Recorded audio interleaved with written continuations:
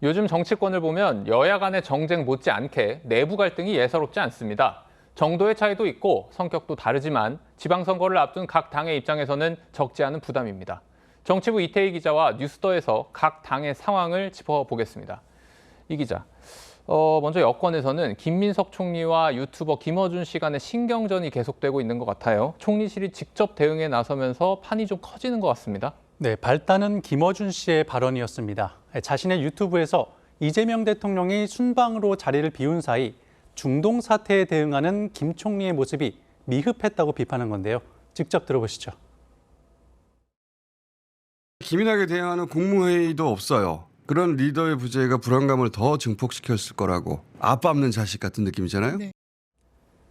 총리실은 즉각 사실과 명백히 다르다며 반박 보도자료를 냈습니다. 매일 대책회의를 열고 상황도 촘촘히 점검해왔다는 설명입니다. 그런데 이런 두 사람의 갈등, 설전을 넘어서 결국 고발전으로 이어졌습니다. 두 사람이 서로를 직접 고발한 건 아니죠? 물론 당사자들이 직접 나선 건 아닙니다. 어제 한 시민단체가 이 대통령 팬카페를 통해서 김어준 씨를 명예훼손과 업무방해 혐의로 경찰에 고발했다고 밝힌 겁니다. 이들은 김어준 씨가 허위 사실로 당정 관계를 갈라치게 한다며 김어준 씨를 향해 반명수괴라는 극단적인 표현까지 사용했습니다. 참 김어준 씨가 과거에는 여의도 상황이라는 별명까지 붙었었는데 지금 여권 지지층의 공격을 받고 있는 상황은 참 생경합니다. 네, 이른바 뉴 이재명이라고 불리는 이재명 대통령 강성 지지 세력은 당의 정체성보다는 이 대통령의 국정 운영을 적극 지지하는 성향이 강한데요. 최근엔 이 대통령과 정청래 대표의 악수 장면 편집 의혹과 관련해 조사를 언급했던 최민희 의원을 고발하기도 했는데 최 의원은 이른바 친정청래계로 꼽힙니다. 이 같은 지지층 분화, 결국 차기 당권 도전 가능성이 거론되는 김민석 총리 측과 정청래 대표 측 사이에 사전 기싸움 성격이란 해석이 많습니다.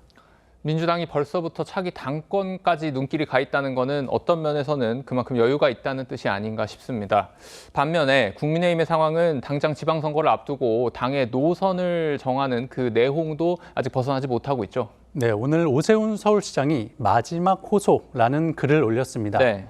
국민의힘 광역단체장 후보 등록 마감일이 바로 내일이죠.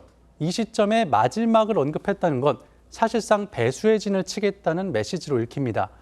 오 시장 측 기류를 파악해보니 실제 불출마 가능성까지 선택지에 올려둔 것으로 알려졌는데요.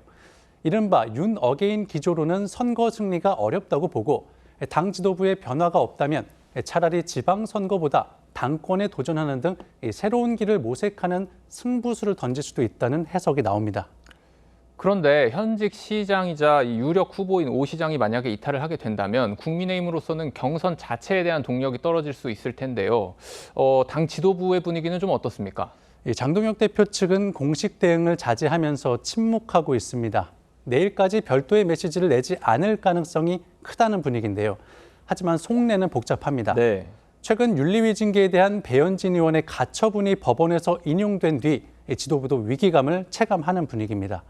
노선 문제에 대해선 말을 아꼈던 오선의 나경원 의원도 당내 징계 정치를 촉발시켰던 윤리위원장에 대해서는 교체가 필요하다는 입장을 밝혔고요. 시장 군수에 도전하는 국민의힘 소속 지방의원들이 잇따라 탈당하는 상황까지 겹치면서 지도부에 대한 압박 수위 더 커져가고 있습니다. 장동혁 대표는 갈등 확산을 막겠다면서 언급을 자제하고 있지만 이 전략적인 침묵이 오히려 당내 갈등을 키우고 있다는 지적도 나옵니다. 그렇군요. 이태희 기자 잘 들었습니다.